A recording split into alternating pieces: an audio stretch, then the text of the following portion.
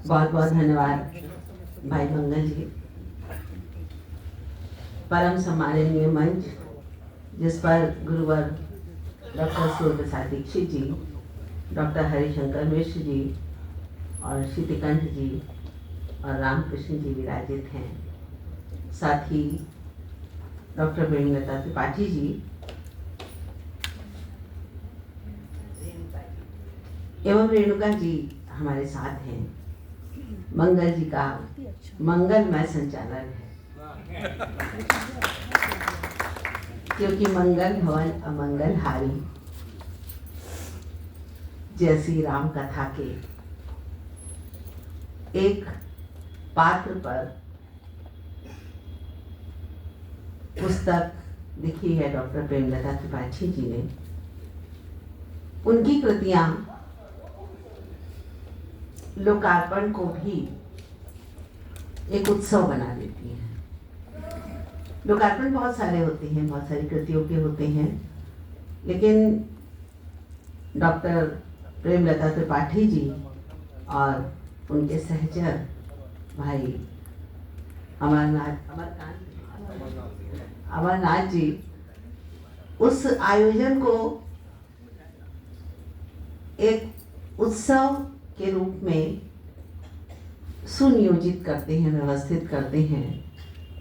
मेरा सौभाग्य है कि उनकी प्रथम कृति से लेके अब तक जितनी कृतियां प्रकाशित हुई हैं, सबके लोकार्पण के शुभ अवसर पर उपस्थित रहने का अवसर मुझे मिला है। प्रेमलता जी ने अपनी रचना यात्रा पुस्तक के रूप में भले ही अपनी सेवानिवृत्ति के उपरांत प्रारंभ की हो, लेकिन चिंतन, मनन और अध्ययन की यात्रा उनकी निरंतर गतिमान रही है। जैसा कि अपने वक्तव्य में उन्होंने स्वयं कहा कि केसर जो उनका ये उपन्यास आया है और ये गद्य की उनकी पहली कृति है, और इसकी भूमिका कहाँ से बनी, जब उन्होंने अपने विद्यार्थी जीवन में एक नाटिका की रचना की, उस घटना से प्रेरित होकर और उसे आज विस्तार देकर केसर के रूप में हम सबके सामने ये कृति आती है। अभी शांता के संबंध में हमारे पूर्व वक्ता ने बहुत विस्तार से चर्चा की। मैं प्रेमलता त्रिपाठी जी को जितना जानती हूँ, वे उदारमना और दृढ़ निश्चय वाली रचनाकार के रूप में मैं उनको देखती हूँ।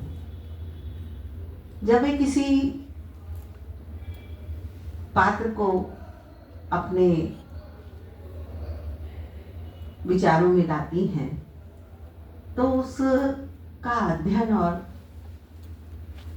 उस पात्र से संबंधित घटनाओं का अध्ययन, पूर्ववर्ती रचनाकारों की कृतियों का अध्ययन और फिर अपनी कल्पना के तत्वों को उसमें सम्मिलित करके वे एक ऐसा ताना बाना बुनती हैं जिससे कि वह चरित्र तो उद्घाटित होता ही है, समाज को कुछ अलग सोचने और समझने का के बिंदु भी प्राप्त होते हैं। आपके जो उपन्यास है केसर, उसकी जो घटना है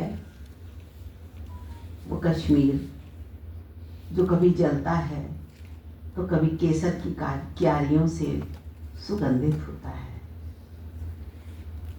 कभी वहाँ आतंक पलता है तो कभी प्रेम की धाराएं बहती हैं।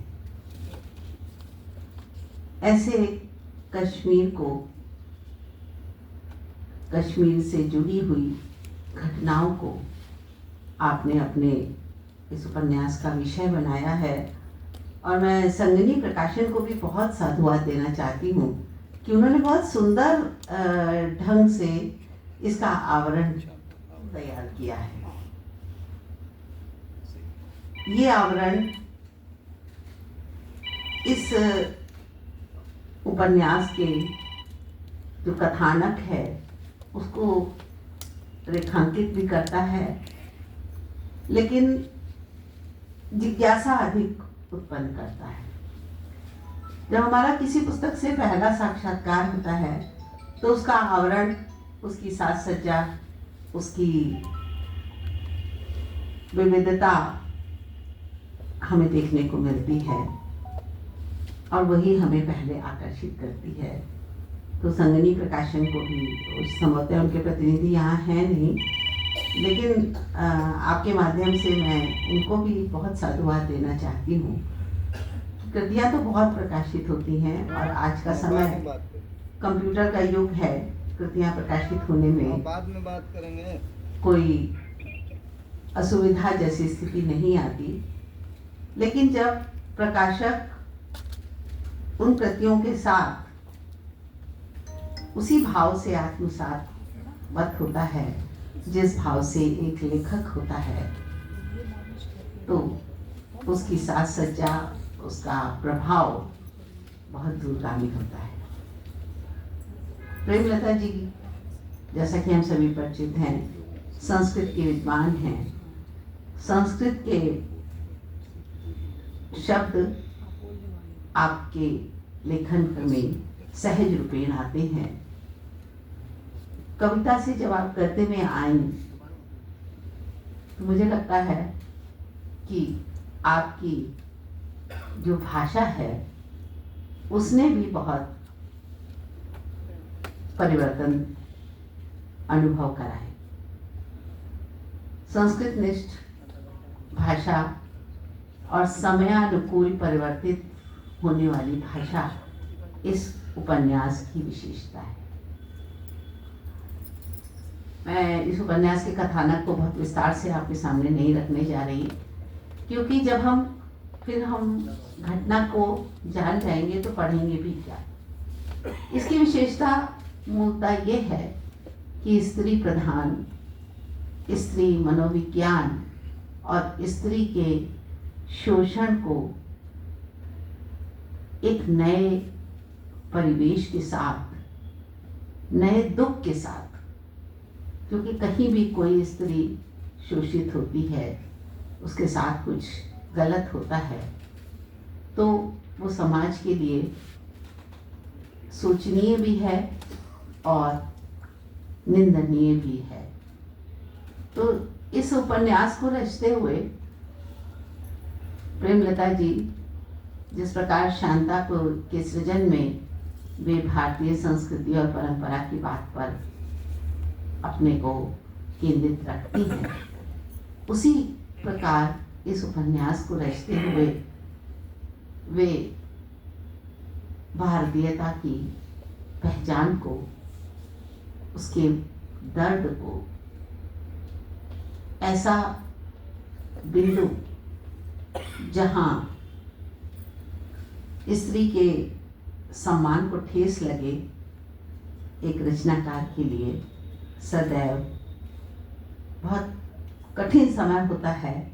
उन स्थितियों के वर्णन का शब्द कभी कभी मौन हो जाते हैं, और जब वे मुखर होते हैं तो निश्चित रूप से केसर जैसी कृति का सृजन होता है।